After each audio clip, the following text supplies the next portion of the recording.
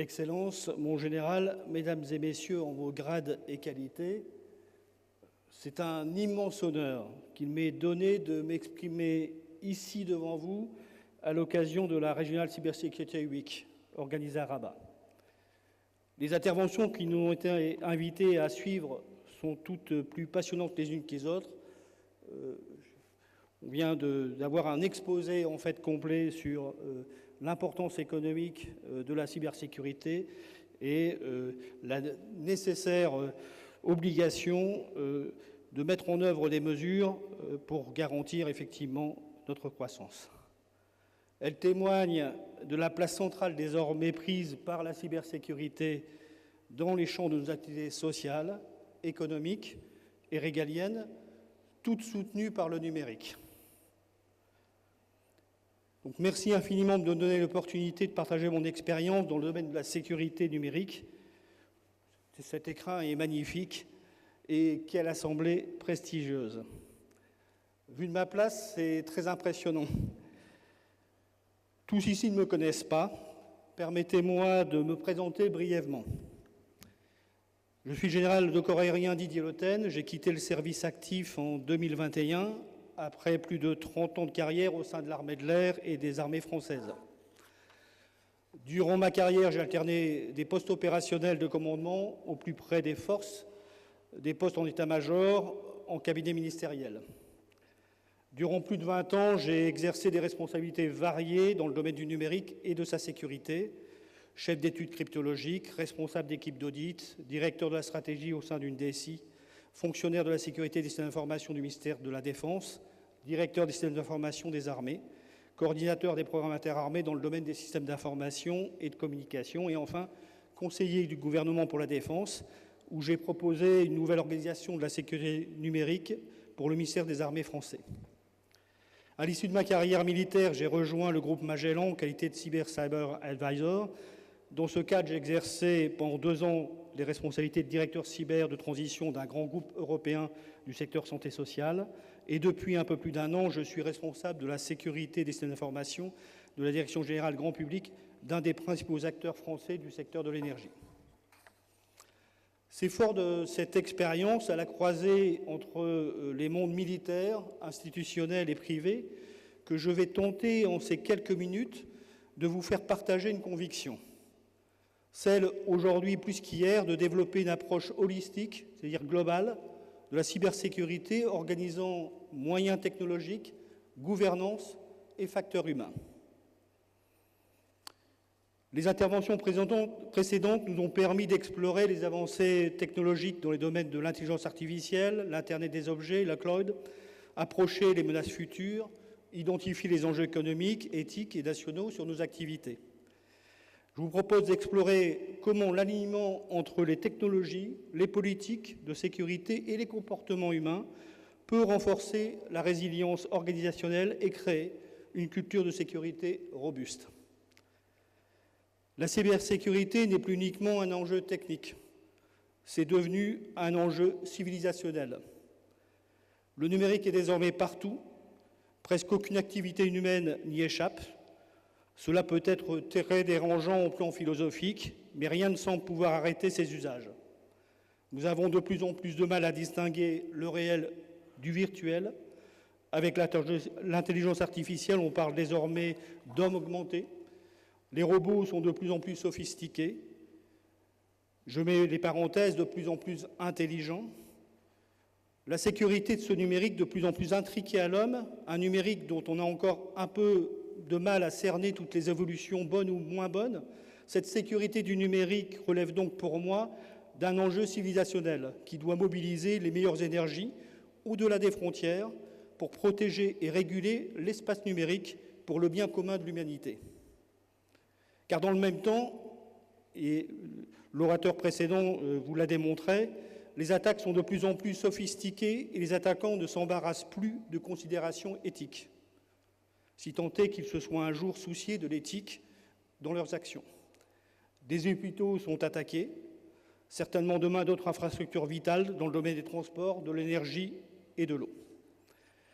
Depuis que je suis tombé dans la marmite de la cybersécurité, il y a un peu plus de 30 ans, je me plais à garder en tête une citation de Bruce Schneier, éminent cryptologue américain. Je vous la livre sans garantie de parfaite justesse au mot près. L'attaquant dispose d'un avantage énorme par rapport au défenseur. Il n'a besoin de trouver qu'une seule faille exploitable, tandis que le défenseur doit imaginer toutes les failles possibles. Une citation qui peut être décourageante pour les défenseurs que nous sommes. Personnellement, elle m'a plutôt toujours motivé, et j'espère qu'elle vous motivera. Voyons comment une approche holistique de la cybersécurité peut nous permettre de faire face à ce désavantage intrinsèque entre l'attaquant et le défenseur. Les menaces sont effectivement de plus en plus sophistiquées et hybrides, et leur mise en œuvre ne demande pas nécessairement une technicité de très haut niveau. Les outils étant désormais as a service, ce qui augmente de manière très importante la surface des attaquants. Des attaquants qui, avec les possibilités de l'IA, sont devenus des attaquants augmentés. Nous assistons à des attaques un peu plus élaborées, notamment en ingénierie sociale. Par exemple, l'attaquant, grâce à l'IA, cartographie plus rapidement les personnes cibles intéressantes, les sous-traitants critiques, le personnel exploitant des systèmes d'information, pour conduire des opérations de phishing extrêmement réalistes, plus difficiles à détecter. Dans le même temps, notre surface d'attaque a considérablement augmenté. Nos systèmes sont très interconnectés, avec de nombreux prestataires.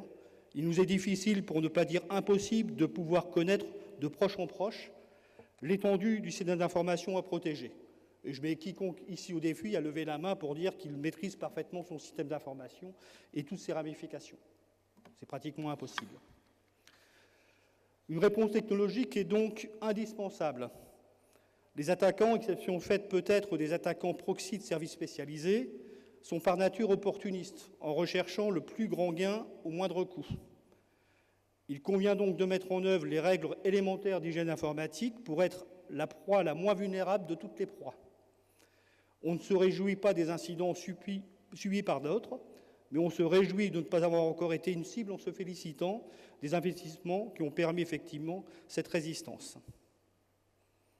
Pour le basique, je pense, sans être exhaustif, à la mise en œuvre d'Endpoint, Response and Defense, la systématisation, l'authentification multifacteur, le patching des versions logicielles vulnérables. Les outils techniques sont indispensables, mais pas suffisants. En effet, la technologie doit être intégrée dans une gouvernance cohérente. Un système d'information bien protégé peut être compromis par une erreur humaine. Pour illustrer mon propos, je rappellerai l'exemple de la machine de chiffrement Enigma pendant la Seconde Guerre mondiale, réputée en son temps incassable et dont le cassage a pu être facilité car des opérateurs ne respectaient pas parfaitement les procédures de chiffrement. Politique et gouvernance constituent le deuxième pilier de l'approche holistique de la cybersécurité. En termes de politique, la régulation en matière de cybersécurité est indispensable. Nous n'aurions pas de bonne sécurité des vols sans les règles imposées par l'OACI. Il en est de même pour la sécurité du numérique. Il ne peut pas y avoir de niveau de sécurité satisfaisant sans imposer des règles à minima au niveau des États, au mieux au niveau régional. Au sein des entreprises, il convient d'imposer ces règles de proche en proche à tous les partenaires et tous les sous-traitants. La mise en place d'un programme de surveillance de la maturité cyber de ces partenaires est en ce sens essentielle. Cadrer, mettre en place une réglementation, c'est aussi contraindre. On ne fait pas du numérique pour le numérique, non plus de la cybersécurité pour la cybersécurité, mais du numérique pour les métiers. La gouvernance doit être suffisamment souple et agile pour s'adapter aux métiers, pour que la sécurité soit acceptée et comprise. C'est probablement là la partie du métier de RSSI la plus compliquée. Concilier sécurité et protection des actifs et besoins métiers. Le meilleur exemple de cette nécessaire agilité est l'adaptation des politiques de sécurité. La résilience passe donc nécessairement par des politiques réalistes, évolutives et pragmatiques. Nous avons vu l'importance de la technologie et de la gouvernance pour une bonne sécurité. Ces deux piliers sont insuffisants sans une bonne prise en compte du facteur humain. La très grande majorité des attaques informatiques, pour ne pas dire la totalité, est le fait d'erreurs humaines. Comment faire de ce moyen faible, qu'est le collaborateur, une force pour l'organisation ou l'entreprise? Cela passe par de la formation, de la sensibilisation, la culture de la sécurité.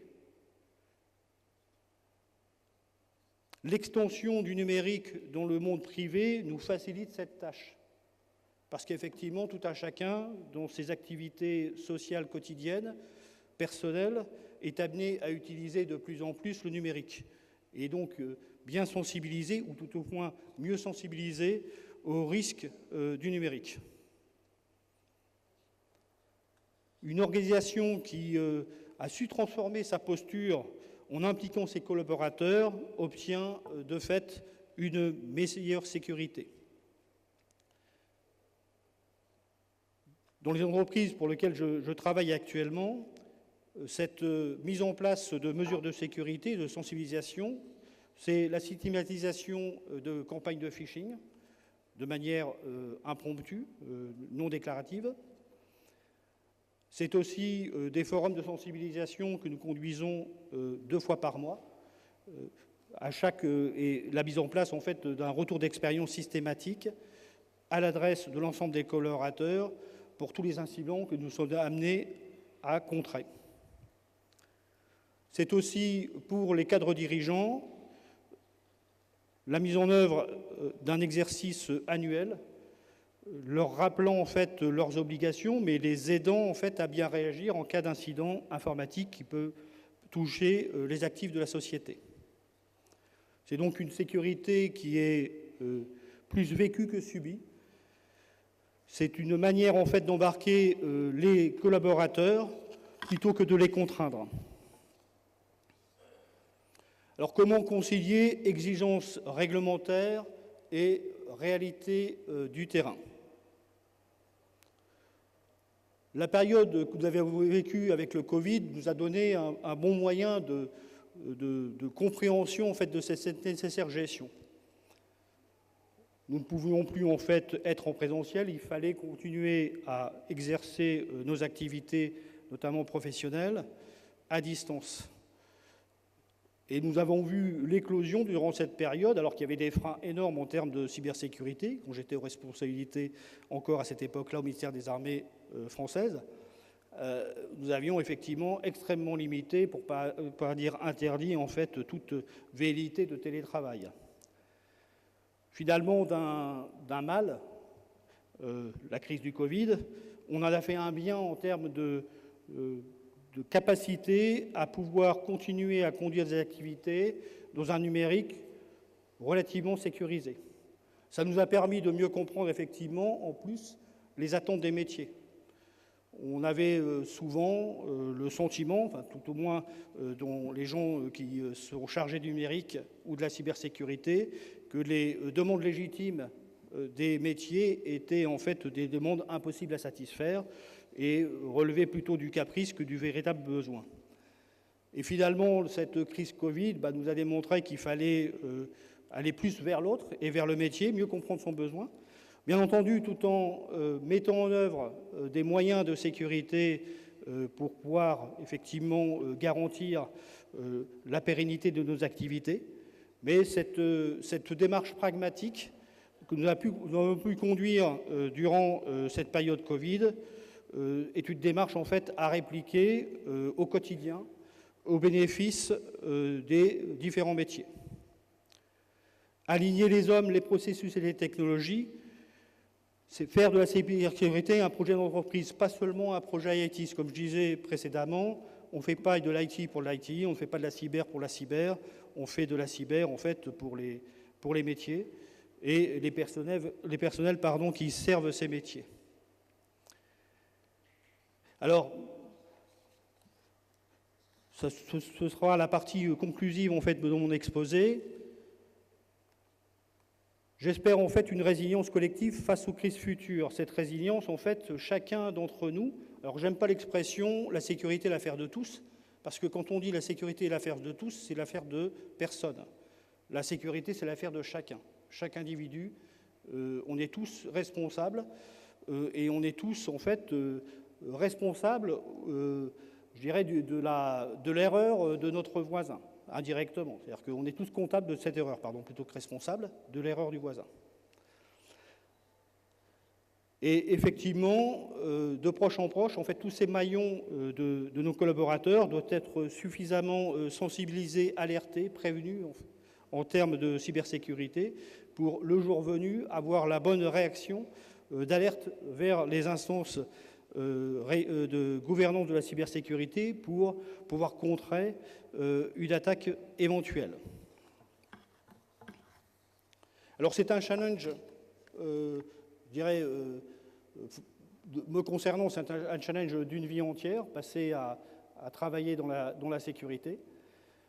Avant même de parler de cybersécurité, je pense qu'il faut que l'esprit sécurité soit insufflé au niveau de nos personnels, au sens large. Quand on pense sécurité, moi je suis aviateur, et la première sécurité qu'on m'a apprise, en fait, c'est la sécurité des vols.